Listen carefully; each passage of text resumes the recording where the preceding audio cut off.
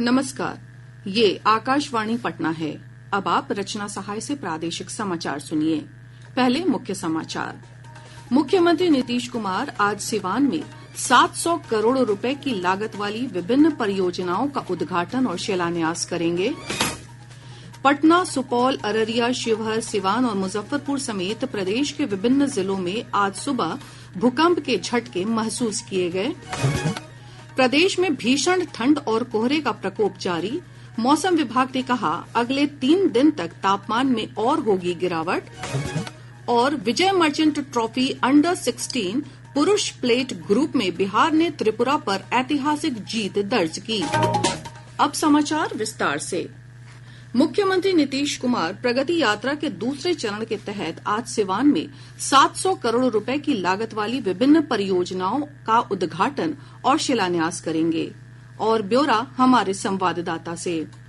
मुख्यमंत्री नीतीश कुमार लगभग 700 करोड़ रुपए की योजनाओं का सौगात सिवान को देने जा रहे हैं, जिसमें कन्या आवासीय आवास का भी उद्घाटन वो करने जा रहे हैं, जिसमें 520 लड़कियां पढ़ सकती हैं और अपना पढ़ाई भी कर सकती हैं। साथ ही साथ रोड के चौड़ीकरण और अन्य विकास योजनाओं को लेकर काम करेंगे। वहीं जीविका दीदियों के साथ भी मिलकर उनकी परेशानियों को जानेंगे। और शिलान्यास के बाद सिवान के समरालय के समक्ष स्थित अम्बेडकर भवन के सभागार में वो अधिकारियों के साथ और स्थानीय नेताओं के साथ समीक्षा बैठक करेंगे। मुख्यमंत्री के इस आगमन को लेकर स्थानीय लोगों में काफी उत्साह बना हुआ है। वहीं जिला प्रशासन काफी चुस्त दुरुस्त व्यवस्था में लगा हुआ है। सिवान से आकाश। मुख्यमंत्री नीतीश कुमार की प्रगति यात्रा का तीसरा चरण 16 से 29 जनवरी तक चलेगा। इस दौरान वे खगड़िया, बेगूसराय, सुपौल, किशनगंज, अररिया, सहरसा, पूर्णिया, कटिहार और मधेपुरा समेत 9 जिलों में विभिन्न विकास योजनाओं का उद्घाटन और शिलान्यास करेंगे। मंत्रिमंडल सचिवालय विभाग ने इस संबंध में संबंधित प्रमंडलों के आयुक्त और जिलों के जिलाधिकारियों को पत्र लिखकर निर्देश जारी किए हैं। मुख्यमंत्री नीतीश कुमार ने कहा है कि सभी पंचायतों में दीदी की लाइब्रेरी की स्थापना की जाएगी। उन्होंने वैशाली जिले में विभिन्न योजनाओं का उद्घाटन और शिलान्यास के दौरान नगवा गांव में दीदी की लाइब्रेरी का उद्घाटन किया। इस दौरान जीविका दीदियों ने मुख्यमंत्री से सभी पंचायतों में पुस्तकालय खोलने की मांग की। इसी मांग के आलोक में मुख्यमंत्री श्री कुमार ने हर पंचायत में पुस्तकालय खोलने का निर्देश दिया। राजद के वरिष्ठ नेता और विधानसभा के नेता प्रतिपक्ष तेजस्वी प्रसाद यादव 15 जनवरी से कार्यकर्ता दर्शन सह संवाद कार्यक्रम के 7वें चरण की शुरुआत करेंगे। 22 जनवरी तक चलने वाले इस यात्रा कार्यक्रम में वे गया, औरंगाबाद, रोहतास और भोजपुर जिलों में कार्यकर्ताओं से संवाद करेंगे। इस बीच श्री यादव आज कैमूर जिले में संवाद यात्रा के तहत कार्यकर्ताओं और लोगों से मुलाकात करेंगे। राजधानी पटना समेत प्रदेश के विभिन्न जिलों में आज सुबह भूकंप के हल्के से तेज झटके महसूस किए गए।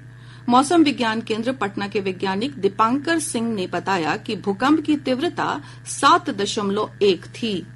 अभी प्राप्त जानकारी के अनुसार एक मेजर कैटेगरी का अर्थक्वेक जीजांग सिटी, चाइना, तिब्बत में आया है। इसका ओरिजिन टाइम 6:35 है भारतीय समय अनुसार। लैट लॉन्ग 28.86 और 87.51 है। Magnitude 7.1, depth 10 kilometre.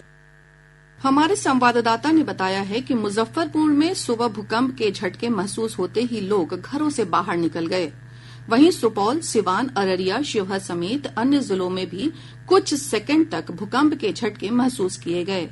प्राप्त जानकारी के अनुसार भूकंप से अभी तक किसी तरह के नुकसान की कोई खबर नहीं है। बीपीएससी अभ्यर्थियों के लिए पुनर्परीक्षा की मांग को लेकर पटना के गांधी मैदान में बिना इजाजत धरना देने के मामले में गिरफ्तार जन सुराज पार्टी के संयोजक प्रशांत किशोर को अदालत ने बिना शर्त रिहा कर दिया है। प्राप्त जानकारी के अनुसार पटना की अनुमंडल न्यायिक दंडाधिकारी आरती उपाध्याय ने पहले उन्हें सशर्त जमानत दी थी, लेकिन प्रशांत किशोर ने सशर्त जमानत लेने से मना कर दिया था। इसके बाद देर शाम अदालत ने उन्हें बिना शर्त जमानत दे दी। बाद में संवाददाताओं से बातचीत करते हुए प्रशांत किशोर ने कहा कि उनका अनशन जारी रहेगा। उन्होंने कहा कि अनशन के लिए नए स्थान की घोषणा आज की जाएगी।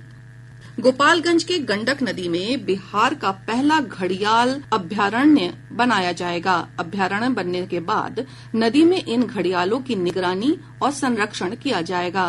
ICUN के संकटग्रस्त जीव में घड़ियाल लाल सूची में शामिल है। Wild life institute of India Dehradun की टीम अभयारण्य की कार्ययोजना के लिए फरवरी महीने में जिले का दौरा करेगी। गोपालगंज के वन पदाधिकारी मेघना यादव ने बताया कि अभयारण्य बनने से घड़ियाल का संरक्षण संवर्धन के साथ जिले की अलग पहचान बनेगी। इससे पर्यटन गतिविधियों को भी बढ़ावा मिलेगा। जानकारी के अनुसार गंडक नदी में लगभग 1200 से 1500 घड़ियाल मौजूद है। केंद्रीय शिक्षा मंत्री धर्मेंद्र प्रधान ने नई दिल्ली में UGC विनियम 2025 का मसौदा जारी किया। ये मसौदा उच्च शिक्षा में सुधार, समावेशिता और शैक्षणिक उत्कृष्टता को बढ़ावा देगा। ये मसौदा विश्वविद्यालयों और कॉलेजों में शिक्षकों तथा शैक्षणिक कर्मचारियों की नियुक्ति और पदोन्नति के लिए न्यूनतम योग्यता तथा उच्च शिक्षा में मानकों के रखरखाव के उपायों से संबंधित है। मसौदे के अनुसार उम्मीदवार UGC नेट या PhD विषयों से संबंधित शैक्षणिक पदों के लिए आवेदन कर सकेंगे, भले ही उन्होंने स्नातक किसी अन्य विषय में किया हो। इस अवसर पर श्री प्रधान ने कहा कि यह मसौदा उच्च शिक्षा के हर पहलू में सुधार, नवाचार, समावेशिता, लचीलापन और गतिशीलता लाएंगे। उन्होंने कहा कि मसौदा विनियम पर लोगों के सुझाव और परामर्श आमंत्रित किए गए हैं। केंद्रीय कृषि और किसान कल्याण मंत्री शिवराज सिंह चौहान ने आज सभी राज्यों से खाद्य तेल उत्पादन में आत्मनिर्भरता के लिए राष्ट्रीय खाद्य तेल मिशन के तहत प्रयासों को तेज करने का आग्रह किया है। ये मिशन आयात पर निर्भरता कम करने और किसानों की आय बढ़ाने के भारत के दृष्टिकोण की आधारशिला है। इसका लक्ष्य वर्ष 2025-26 तक 6.5 लाख हेक्टेयर क्षेत्र में पाम ऑयल के बागानों के अंतर्गत लाना है।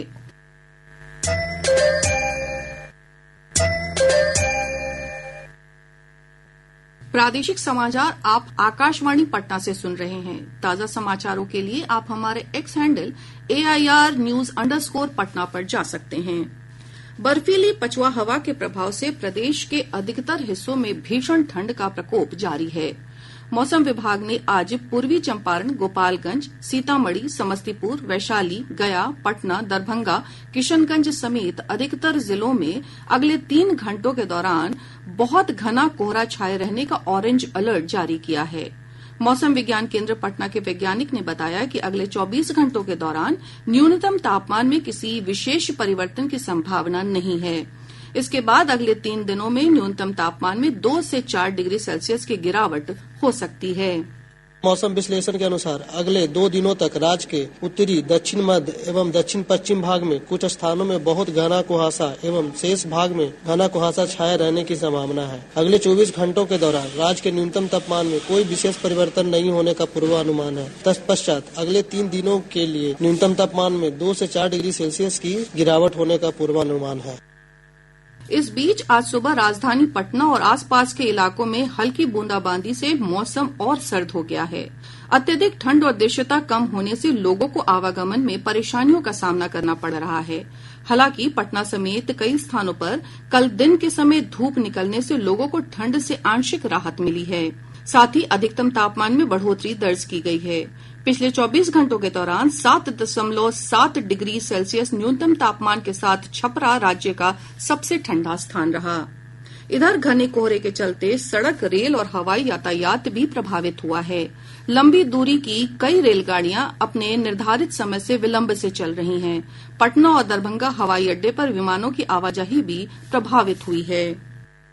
ठंड के मौसम में उच्च रक्तचाप, मधुमेह और हृदय रोगियों को विशेष सावधानी बरतनी चाहिए। वरिष्ठ हृदय रोग विशेषज्ञ डॉक्टर संदीप बंसल ने कहा कि ठंड में रोगियों को समय पर दवा लेनी चाहिए और तरल पदार्थ का भरपूर मात्रा में सेवन करना चाहिए। सर्दी से बचें। यदि आपको लगता है कि आपके हाथ पैर ठंडे हो रहे हैं तो अपने हाथों को मलें ताकि उन्हें गर्म रखा जा सके। आप उन्हें हल्का सेक भी सकते हैं। अपने ब्लड प्रेशर की दवाइयां जरूर चेक करते रहें। समुचित मात्रा में तरल पदार्थ का सेवन करें, खासतौर से वार्म जो गर्म पदार्थ हैं जैसे चाय है या गर्म पानी है। इसके अलावा दवाएं समय पर लीजिए। जहां तक संभव हो बिल्कुल सुबह सुबह या बिल्कुल देर रात में जबकि टेम्परेचर बहुत गिर जाता है उस समय में यदि बाहर ना जाया जाए तो अधिक यूजफुल रहता है।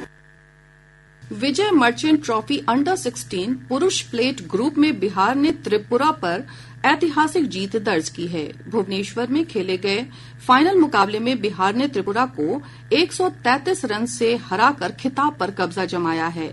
पहली पारी में बिहार ने 97.02 ओवर में 289 रनों का स्कोर बनाया। इस दौरान सार्थक झा ने शानदार 90 रन और मोहित कुमार ने नाबाद 63 रन बनाए। प्रतियोगिता में बिहार के कप्तान प्रीतम राज को मैन ऑफ द सीरीज के पुरस्कार से नवाजा गया। हॉकी इंडिया ने हॉकी एसोसिएशन ऑफ बिहार को मान्यता दे दी है। इस संबंध में हॉकी इंडिया ने पत्र जारी किया है। इसके अनुसार राणा प्रताप सिंह को हॉकी एसोसिएशन ऑफ बिहार का सचिव नियुक्त किया गया है। मंत्री श्रवण कुमार को एसोसिएशन का अध्यक्ष और राकेश कुमार को कोषाध्यक्ष बनाया गया है।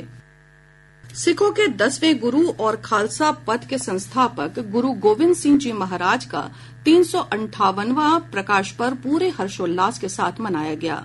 मध्य रात्रि में तख्त श्री हरमिंदर सिंह साहिब में दशमेश गुरु के जन्मोत्सव पर आकर्षक आतिशबाजी की गई। प्रकाशोत्सव में देश विदेश से बड़ी संख्या में श्रद्धालु शामिल हुए।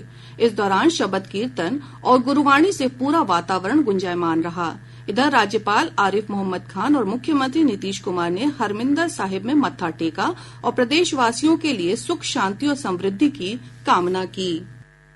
नई दिल्ली में 26 जनवरी को आयोजित होने वाले गणतंत्र दिवस समारोह में बिहार के 3 कलाकार विशिष्ट अतिथि के रूप में शामिल होंगी।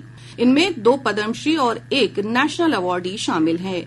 कार्यालय विकास आयुक्त हस्तशिल्प मधुबनी के सहायक निदेशक बीके झा ने बताया कि जिले के पेपरमेशी कला में दक्ष पद्मश्री सुभद्रा देवी, मिथिला पेंटिंग की कलाकार शांति देवी और महानमा देवी समारोह में शामिल होंगी। वहीं बेतिया की जाह्नवी कुमारी भी गणतंत्र दिवस के परेड में हिस्सा लेंगी।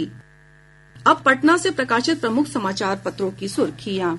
आज के सभी समाचार पत्रों ने मुख्यमंत्री नीतीश कुमार के प्रगति यात्रा की खबर को प्रमुखता से प्रकाशित किया है।